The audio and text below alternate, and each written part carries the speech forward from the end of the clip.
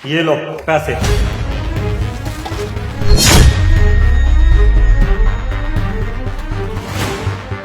इतने सारे पैसे? अरुण, इतने सारे पैसे तुम कहां से लाए? बताओ मुझे। तुम पेड़ मत गिनो, आम खाओ। तुमने तो कहा था ना मुझसे कि कहीं से भी लाओ, कुछ भी करो, मुझे बस पैसे चाहिए। पूरा दिन बस घर के अंदर काम करते रहो नौकरों की तरह। मैं शादियों का थोड़ी आई यहाँ से, मैं तो नौकरानी बनकर आई हूँ।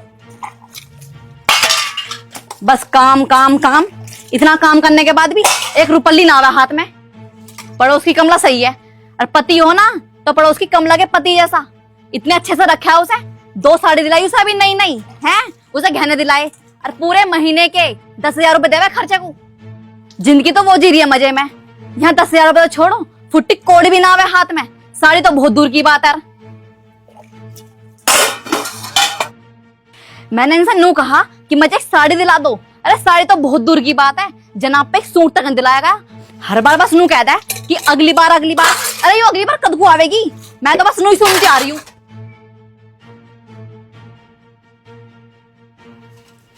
अरे जब बीवी को पालना बस की ना था तो शादी क्यों करी थी? अकेले रहते, खुद के तुम्हारे कर्म फुट्टे हुए हैं, शादी के बाद मेरे और फोड़ दिए। ऐसे पति से तो पति ना हो तो सही है। मुझे तो ऐसा लग रहा है कि मेरे बालक के भी कर्म फुटेंगे। इससे अच्छा तो मैं बालक पैदा ही ना करती ना तो सही होता। इस बेचारे की जिंदगी और खराब होगी इस घर में पैदा होकर। अरे पढ़ाई लिखाई तो बहुत दूर की बात है, मुझे तो नू भी नहीं पता इसे बेचारे को कपड़े मिलेंगे, खाना मिलेगा टाइम से घर में नहीं मिलेगा। मुझे तो अपने बालक की बहुत फिक्र होने लगी। कोई इतना बेशरम कैसे हो सकता है? अरे खाना ठूसे जा रहे हो, मुंह में दही जम गई है क्या? अरे तुम अच्छे पति तो ना बन सके, कम से कम अच्छे बाप ही बन जाओ।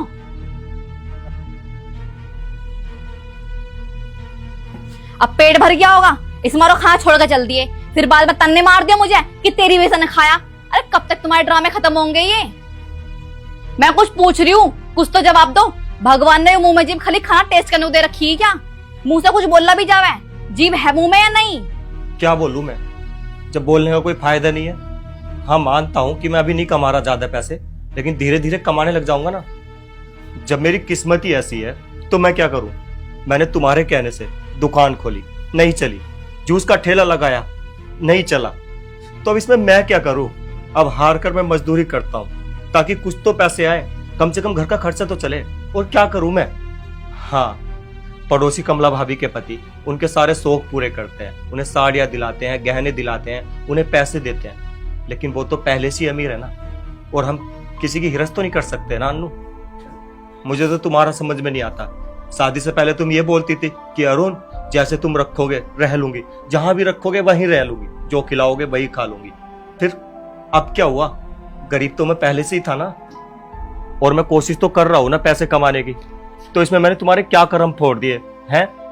हाँ मैं मानता हूं, अगर मैं अपने शौक पूरे करता, तुम्हें और बच्चे को नहीं देखता, तब मेरी गलती थी।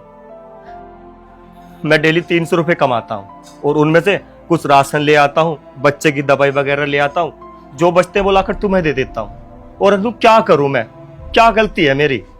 हाँ हाँ, बहुत पैसे दे के जाओ तुम मुझे, कभी 50, कभी 30, कभी 10। अरे इन पैसों में तो इमारत खड़ी कर ली मैंने, है ना?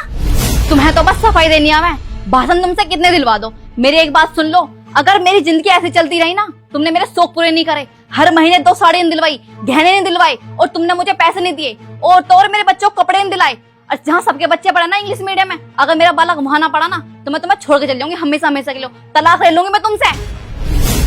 कैसे समझाऊं मैं तुम्हें? अच्छा तुम ही बताओ, क्या करूं मैं? मुझे ना पता, कुछ भी करो, कहीं से भी लाओ, मुझे तो बस पैसे चाहिए।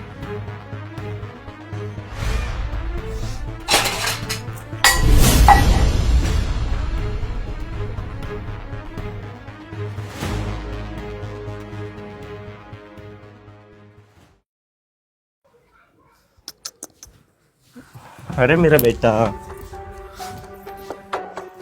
जब तक इस घर में पैसे लेके नहीं आओगे ना, हमारे पास आने की कोई जरूरत नहीं है। सो जाओ यहीं पे ही। मैं अपने बेटे को लेकर बाहर सो जाऊंगी, भले ही नीचे सोना पड़े, पर हम दोनों तुम्हारे पास ही सोएंगे। अरे रुको, तुम यहीं सो जाओ, मैं सो जाऊंगा बाहर।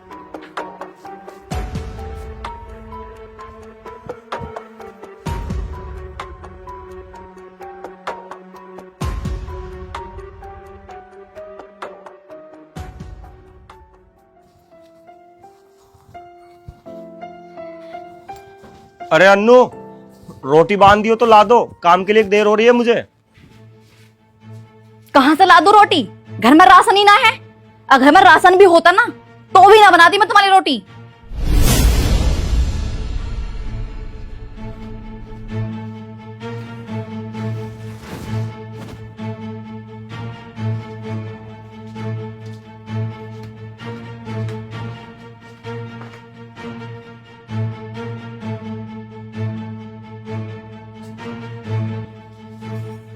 आदमी तो मैंने बहुत देखे, पर तुम्हारे से नीचे नीचे इतने बेशरम हो, इतना कुछ बोल रही हो पर फर्क बिल्कुल नहीं पड़ रहा।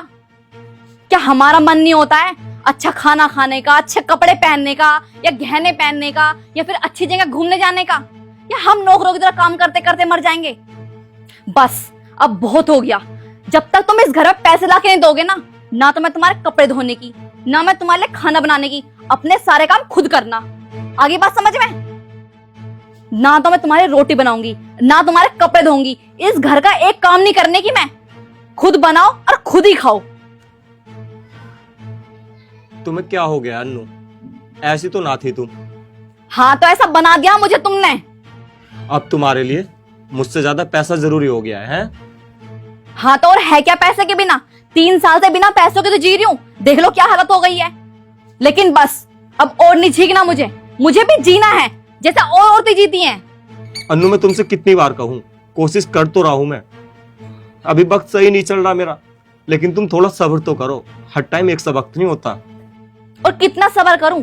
अगर ऐसे सब्र करती रही ना तो किसी दिन मेरे प्राण निकल जाएंगे। भीख मांगनी पड़ेगी मुझे। तुम तो यही चाहते हो ना कि मैं अपने छोटे से बेटे को लेकर दर दर की ठोकरें खाऊं, लोगों के घर जाके भीख मांगू। अन्नू, तुम्हें तो ना समझाना ही बेकार है। समझने की जरूरत ना मुझे नहीं है, तुम्हें है। और तुम इतने खरे बन रहे हो ना, तो इस घर में तब आना जब बहुत सारे पैसे लेकर आओ, वरना इस घर में आना ही मत।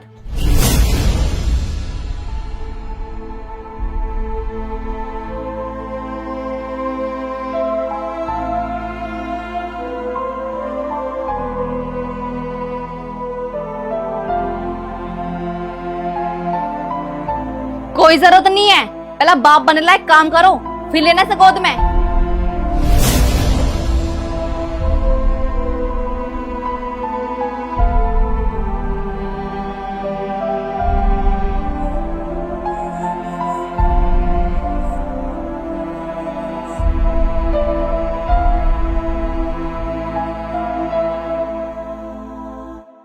ये लो पैसे।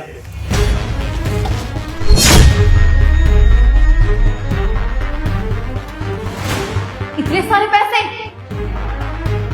अरुण, इतने सारे पैसे तुम कहां से लाए? बताओ मुझे। तुम पेड़ मत गिनो, आम खाओ। तुमने तो कहा था ना मुझसे कि कहीं से भी लाओ, कुछ भी करो, मुझे बस पैसे चाहिए। तो अब जानकर क्या करोगी? मैं कहीं से भी लाया हूं, तुम तो बस अपने शौक पूरे करो। ठीक है जी, तुम बैठो, मैं तुम्हारे पानी लेकर आती हूँ। और हाँ, खाना भी लेकर आती हूँ। सुबह से कुछ खाया नहीं होगा ना, भूखे होंगे तुम। अभी लेकर आती हूँ। इतने सारे पैसे।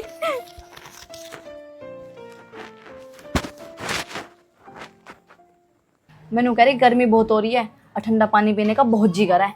हम फ्रिज ले लें? हाँ ठीक है, कल ही चल के ले लेते हैं। ठीक। कहाँ भाग के जाएगा? थाने चल, चल देखो कहाँ भागेगा। अजी, ये क्या हो रहा है? पुलिस तुम्हें क्यों लेके जा रही है? क्या किया है तुमने? अच्छा जी, तो तुम्हें यह भी नहीं पता कि इसने क्या किया है? इसने लाला बसंत राम के यहाँ चोरी की है। अब तो ये जेल जाएगा, वो भी लंबा। अरुण, क्या ये सही कह रहे हैं? तुमने चोरी की है? अच्छा, जो तुम कुछ दिन पहले पैसे लाए थे, क्या वो चोरी के थे? हाँ। अरुण, ऐसा करने से पहले कम से कम मेरे बारे में और अपने बेटे के बारे में तो सोच लेते। मैं तुम दोनों के बारे में सोचता था, तभी तो मेहनत करता था। लेकिन मेहनत से ना इंसान एकदम से अमीर नहीं होता है, धीरे धीरे होता है। और मुझे ये सब करने के लिए ना मजबूर किया तुमने। और मैं क्या करता? तुम्हारे रोज के ताने, रोज का टॉर्चर मैं बर्दाश्त नहीं कर पा रहा था। इसलिए इसलिए मैंने एक कदम उठाया। सर, इन्हें माफ कर दो, छोड़ दो इन्हें। हम उनके पैसे अपना घर बेचकर दे देंगे। इनके अलावा हमारा है ही कौन? बस एक छोटा सा बेटा है, उसकी देखभाल कौन करेगा? देखिए मैडम, बात ऐसी है, छोड़ तो हम इन्हें सकते नहीं, क्योंकि इसने किया है क्राइम और इसकी सजा ना इसे कोर्ट में ही मिलेगी। अब क्यों रो रही हो?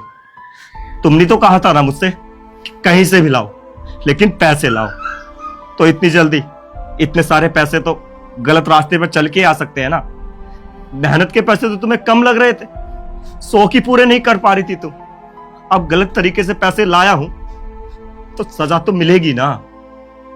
अन्नू, एक बात मेरी हमेशा याद रखना, हमें खुशी ना कभी भी ज्यादा पैसों से नहीं मिलती है। हमें खुशी अपनों से, अपनों के साथ से और मेहनत के पैसों से मिलती है। अरुण, मुझे माफ कर दो, मुझसे बहुत बड़ी गलती हो गई। मुझे ऐसा नहीं करना चाहिए था। मैं हमेशा दूसरों की तरह जीना चाहती थी, जो कि गलत है। मैं भूल गई थी कि सबकी जिंदगी अलग अलग होती है। अन्नू, काश ये बात तुम पहले ही समझ गई होती तो आज ये दिन देखने को नहीं मिलता। ठीक है अन्नू, ध्यान रखना अपना और मेरे बेटे का भी। चलिए सर। अरुण, अरुण, अरुण, तुमने ऐसा क्यों किया? क्यों?